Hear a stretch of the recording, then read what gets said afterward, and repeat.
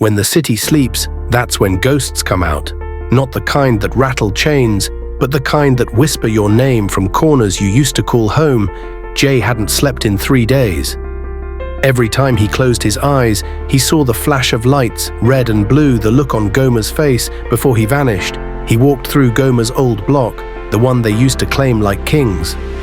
Now it was silent, like the street itself was holding its breath, waiting to see if he'd break. And maybe he did. The whispers started small. Jay sold him out. Jay ran when it went down. Truth didn't matter.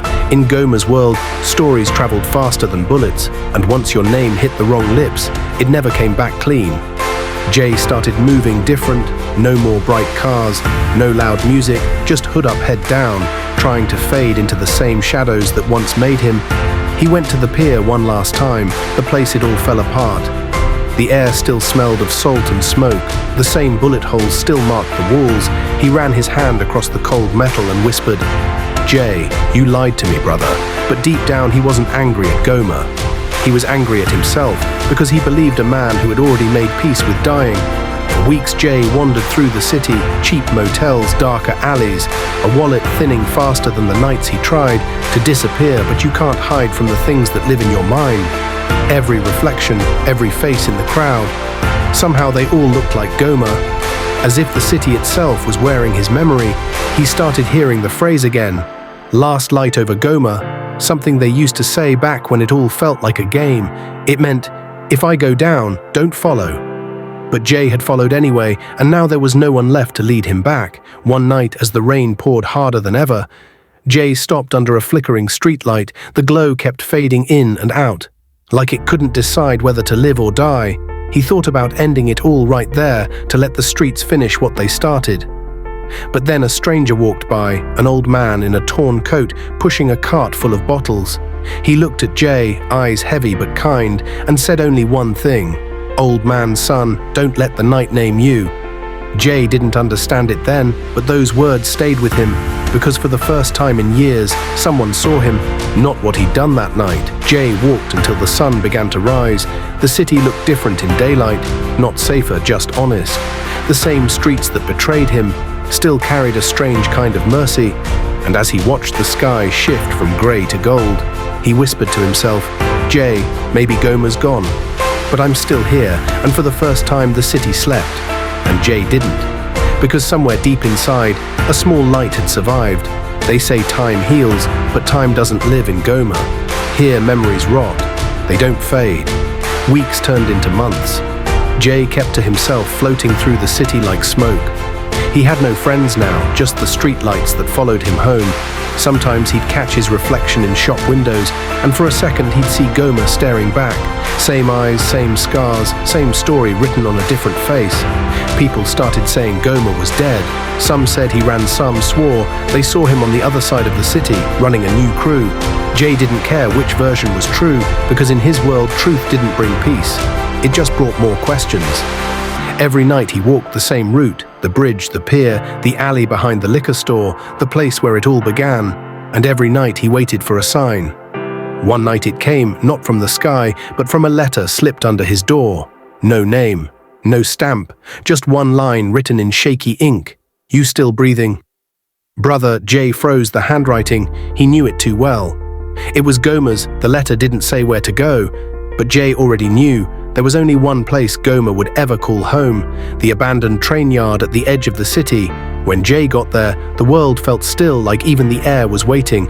He walked between the rusted cars, footsteps echoing against steel, and then he saw it, a shadow. Tall, still familiar, Jay Gomer. But when the figure turned, it wasn't him, just another lost soul, another ghost of the streets. Still, that night broke something open in Jay, because he realized Gomer wasn't gone. He was everywhere, in the smoke, in the silence, in the parts of Jay he couldn't wash away. That's when he started writing, not for anyone else, just to survive his own thoughts. He'd sit under the same bridge, notebook in hand, scribbling lines no one would ever read. Lines like, "I used to think loyalty was the light, but maybe it was the fire," and little by little the pages began to save him. Jay started working small jobs, gas stations, warehouses, anything that kept him busy and breathing. But the nights, they still belonged to Gomer. Every time the rain hit the pavement, Jay could almost hear his voice. Gomer echoed faint, "Trust me, kid, you'll never starve."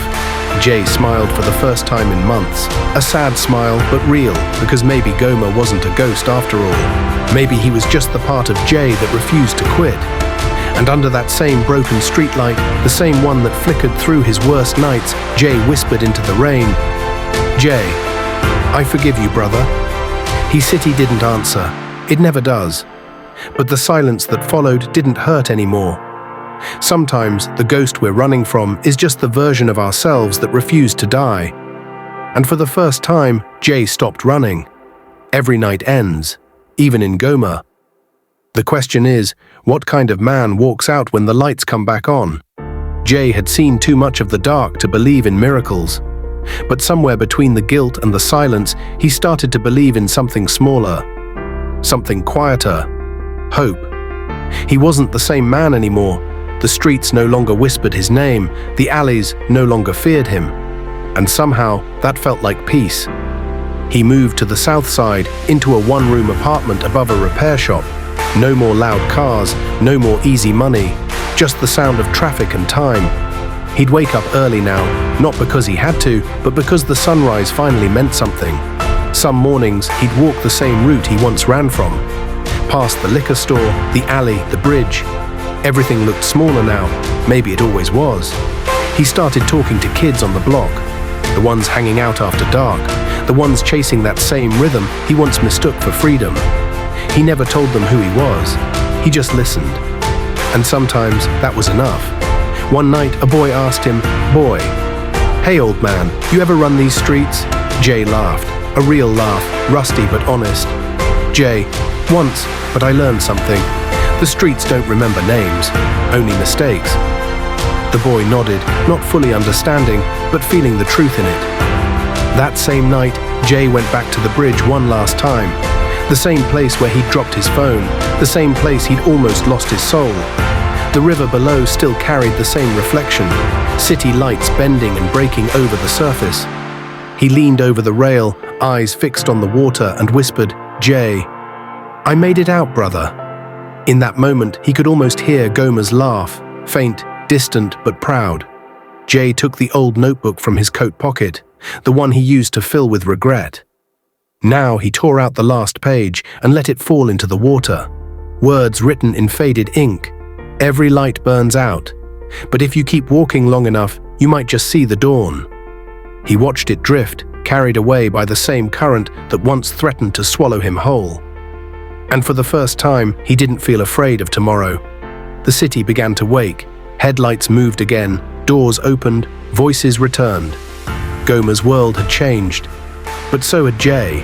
He turned his collar up against the wind, took one last look at the skyline, and walked away from the bridge. Redemption doesn't come in flashes or thunder, it comes in quiet choices, in mornings where you decide to keep breathing, to keep walking, to keep forgiving yourself. Jay never found Gomer again, but maybe he didn't have to. Because in the end, Gomer wasn't just a person, he was the night that made the dawn worth waiting for. And as the first light touched the city, the last light over Gomer finally went out.